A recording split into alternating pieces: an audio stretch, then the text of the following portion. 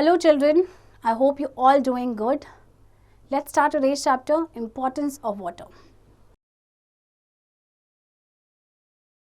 Introduction. Water is one of the most valuable natural resources found on the earth. Around 70% of the earth is covered with water bodies like oceans, seas, rivers, lakes and ponds. Water is essential for life. It is important for animals as well as plants. All plants and animals need large amount of water. We all use water each day for a number of purposes like drinking, bathing, gardening, washing, etc. But as it is found at all places, we ignore its significance. We realize its utilities when it becomes scarce.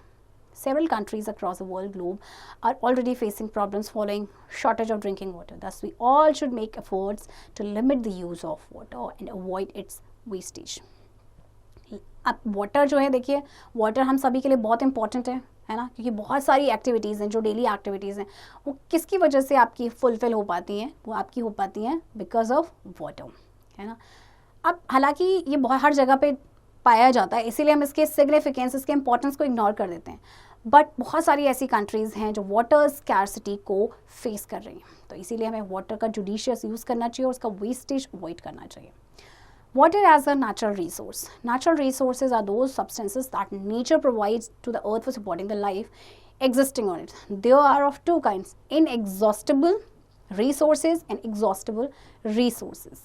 Inexhaustible resources. The substances which are found in nature in endless amount are known as inexhaustible resources. वो substances जो आपके nature में endless amount में पाए जाते हैं वो आपके inexhaustible resources हैं. They are not likely to get exhausted by human activities. Air, water and sun are known as inexhaustible sources. तो ये आपके ह्यूमन एक्टिविटी की वजह से एग्जॉस्ट नहीं होंगे, जैसे कि एयर, वाटर एंड सन, है ना, ये आपके इनएग्जॉस्टिबल रिसोर्सेज हैं.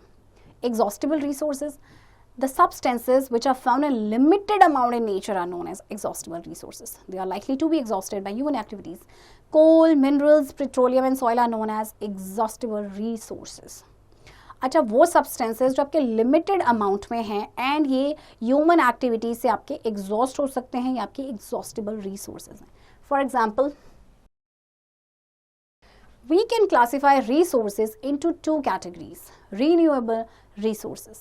Those substances which may get recycled and replace themselves are known as renewable resources. For example, water, soil, plants and animals. देखिए, वो substances जो आपके recycle हो जाते हैं और replace कर देते हैं उन्हें हम कहते हैं renewable resources. Non-renewable resources. Those resources that once used up may not be replaced and recycled are known as non-renewable resources. For example, coal, petroleum and minerals. वो resources जो एक बार use हो गए उनको replace नहीं किया जा सकता है, ना ही उनको recycle किया जा सकता, तो ये आपके non-renewable resources होते हैं. For example, need of water. Water covers almost 3/4 of the Earth's surface. This can be seen in rivers, oceans, seas and ponds. Water is the habitat of a large variety of plants and animals. All plants and animals contain different amount of water in them. In humans, about 2/3 of the body is formed of water. A healthy man's body contains 68 to 70% of weight due to water. Similarly, tomato contains about 90% of water, while a coconut tree has 60% of water by weight. देखिए water जो है 3/4 जो है earth surface का cover करता है ना, जो आपको वाटर बॉडीज़ में नज़र आता है, जैसे रिवर्स, ओशन, ये सारे इंक्लूडेड है इसमें. बहुत सारे एनिमल्स एंड प्लांट्स वाटर में रहते हैं, है ना, और ह्यूमंस में जो 2/3 बॉडी का है वो वाटर से बना हुआ है. तो हेल्दी मैन की जो बॉडी होती है उसमें लगभग आपका 68 से लेकर 70% ऑफ वेट वो होता है आपका वाटर की वजह से. जैसे कि आपका टमेटो में 90% वाटर होता है, कोकोनट में आपका 60% वाटर होता है by weight. Our daily food also has a significant amount of water, but this water is not sufficient to meet our body's requirement. Therefore, we have to drink about 2 or 3 liters of water daily. Not only man, but also all other animals and plants need certain amount of water in their body to live. Plants require water for the transportation of nutrients to all parts of the plant. अच्छा देखिए, हमारी जो daily की जो food होता है उसमें भी आपका वाटर का अमाउंट होता है, बट ये हमारी की बॉडी के रिक्वायरमेंट के लिए सफिशिएंट नहीं होता है, तो इसीलिए हमें 2 से 3 लीटर जो है पानी पीना चाहिए. Importance of water. Now we have known that water is important for all living beings. It is useful in many ways. Every living organism needs water to dissolve nutrients and carry them to all parts of the body. The regulation of body temperature is maintained by water through evaporation and sweating. जितने भी living organism हैं उनको water की ज़रूरत होती है, क्योंकि जो न्यूट्रिएंट्स होते हैं आपके वो डिजॉल्व फॉर्म में ही आपके वो कैरी होते हैं आपके डिफरेंट पार्ट ऑफ बॉडी तक। एंड जो रेगुलेशन होता है बॉडी टेम्परेचर का वो कैसे मेंटेन होता है, वो through evaporation and sweating. Water helps the body by carrying waste products out of it. It is used for drinking and cooking purposes. It is used for daily activities such as washing. Daily activities के लिए आपको water की ज़रूरत होती है, body से waste product को बाहर निकालना उसके लिए भी वाटर की ज़रूरत होती है। Plants also need water because seeds can not germinate and grow in without water. Water is also use in industry and as a medium for preparing a variety of chemicals. Flowing water is also used for generating electricity. Water is used in agriculture for irrigation of the field. अच्छा, इसके अलावा देखिए water का क्या importance है, जैसे कि जो फ्लोइंग वाटर होता है उससे इलेक्ट्रिसिटी जनरेट होती है। वाटर को आपके एग्रीकल्चर में यूज़ किया जाता है फील्ड्स को इरिगेट करने के लिए। इसके अलावा आपके देखिए वाटर को इंडस्ट्रीज़ में भी यूज़ किया जाता है, क्योंकि बहुत सारे केमिकल्स प्रिपेयर करने पड़ते हैं, उसमें वाटर की रिक्वायरमेंट होती है। Did you know if a person's body loses about 20% of its water, the person may die painfully. An adult must take 2.4 liters of water every day. अगर कोई भी पर्सन है, अगर वो 20% ऑफ वाटर लूज कर देता है तो द पर्सन में डाई। और एक एडल्ट को आपका हर दिन पीना चाहिए 2.4 liters of water. Sources of water. The water that we use for various purposes is obtained from several sources. These sources are as follows. Rainwater. Rainwater is a chief source of water. It is generally said that all water comes from rain. तो rain जो है आपका ये main source of water है. When water vapor in the air condenses, it forms rain. Rainwater is very pure form of water. Groundwater. Some amount of rainwater runs on the surface forming streams and rivers, and some of it seeps down through the soil into the non-porous rocks below the surface of the earth. This is called groundwater or underground water. The level of groundwater below the surface is called water table. अच्छा, कुछ amount होता है ना rain water का, वो आपका surface पे चला जाता है, लाइक स्ट्रीम्स में, रिवर्स में, कुछ सीप डाउन हो जाता है सॉइल के थ्रू नॉन पोरस रॉक्स में जो आपके अर्थ के सरफेस के नीचे होता है, तो इसे कहते हैं ग्राउंड वाटर या फिर अंडरग्राउंड वाटर। और जो लेवल होता है ग्राउंड वाटर का, जो सरफेस के बिलो होता है, that is called water table. We can obtain groundwater after digging wells and through hand pumps. Excessive pumping can cause a fall in the level of waterbed. Nowadays, people are being made aware of rainwater harvesting. It can improve the quality of groundwater. During dry months of the year, tube wells are bored for irrigation. The groundwater may run along the surface of the non-porous rock and come out in the form of springs through any opening in the earth. अच्छा, अब ये जो आपका पानी है जो ground water में होता है, इसे हम कैसे लेते हैं, हैंड पंप्स के थ्रू या वेल्स को डिग किया जाता है। लेकिन अगर एक्सेसिव पंपिंग होती है तो इसकी वजह से जो वाटर लेवल है, जो आपका वाटर टेबल है, वो डिक्रीज़ हो जाता है। तो अब आजकल जो लोग हैं वो अवेयर हो चुके हैं, तो रेन वाटर हार्वेस्टिंग मेथड का यूज़ करते हैं, और ये जो ग्राउंड वाटर की क्वालिटी है उसको भी इम्प्रूव कर देता है। कई बार क्या होता है, जो ग्राउंड वाटर होता है वो आपके सरफेस पे आ जाता है नॉन पोरस रॉक के, एंड ये किसकी फॉर्म में आता है, स्प्रिंग की फॉर्म में आता है, जो अर्थ में आपकी कोई भी ओपनिंग होती है। Surface water, the rain water runs off through the surface of the earth and gets accumulated in various water bodies. We obtain this water from rivers, streams and lakes. This is called surface water. It is of three types: rivers and streams. Rivers are yet another chief source of water. Most of the rainwater flows into rivers. River water meets the domestic as well as agricultural requirements. Industries also take water from the rivers. River water also serves as a cheap mode of transportation.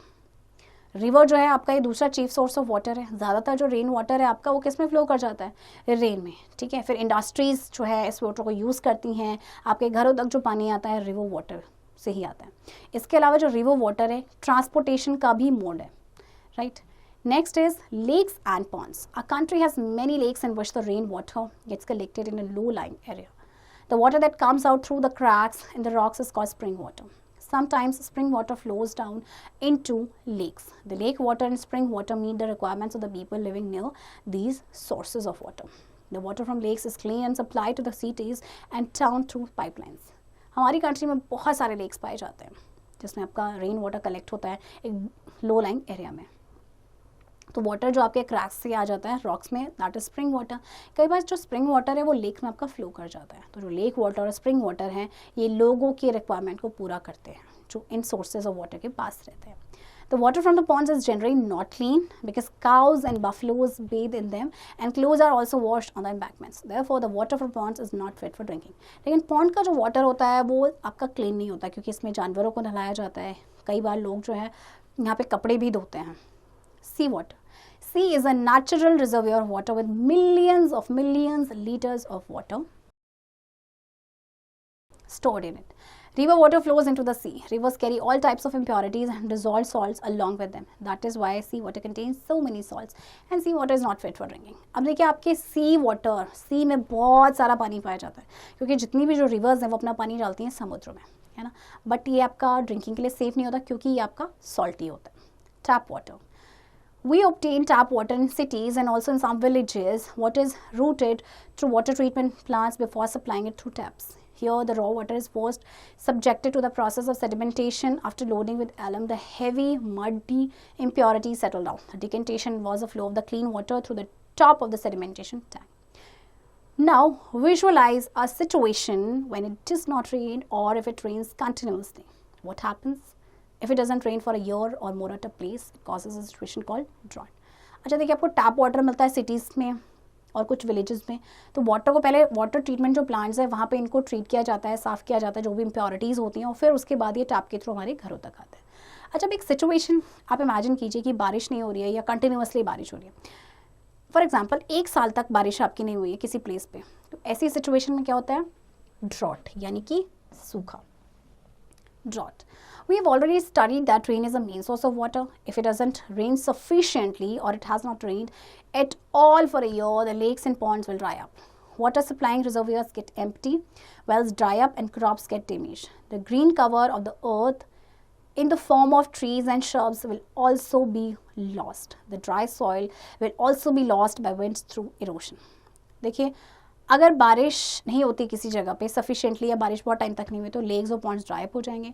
Water supplying जो reservoir है वो आपके खाली हो जाएंगे. Wales dry up हो जाएंगे. Crops damage हो जाएगा. जो ग्रीन कवर है आपके अर्थ में जो ट्रीज एंड श्रब्स की फॉर्म में वो भी आपका लॉस्ट हो जाएगा और जिसकी वजह से फिर क्या होगा? Soil erosion. It will result in the loss of the fertile topsoil. Such a condition is called drought. तो ऐसी कंडीशन को कहा जाता है drought. Causes of drought. The main causes of drought are absence of rains, deforestation, soil erosion, lack of vegetation, global warming, destruction of natural resource. तो ये सारे ही reasons हैं जिनकी वजह से drought होता है. Control of drought. The following steps can be taken to control the drought. Recycling of water, rainwater harvesting, increasing afforestation programs, construction of water reservoir and digging of wells, limitation on human settlements in drought-prone areas. अच्छा देखिए आप drought को कैसे control कर सकते हैं? Water को recycle करके, रेन वाटर हार्वेस्टिंग मेथड को अप्लाई करके, एफॉरेस्टेशन प्रोग्राम्स को इंक्रीज करके, कंस्ट्रक्शन किया जाए वाटर रिजर्वियर्स का या वेल्स को डिग किया जाए और सबसे बड़ी बात की जो लिमिटेशन हो ह्यूमन सेटलमेंट्स की ड्रॉट प्रोन एरियाज में. What will happen if it rains continuously? It causes a situation called flood. देखिए अगर कंटिन्यूसली बारिश होगी तो क्या होता है? बाढ़ आ जाती है. That is called flood. Floods. In some parts of India, it rains continuously. Heavy rains may lead to rise in the level of water in rivers, lakes, and ponds. This water flows into the nearby land, causing floods. Floods cause severe destruction at many places. The overflowing rivers and heavy rains cause havoc to mankind.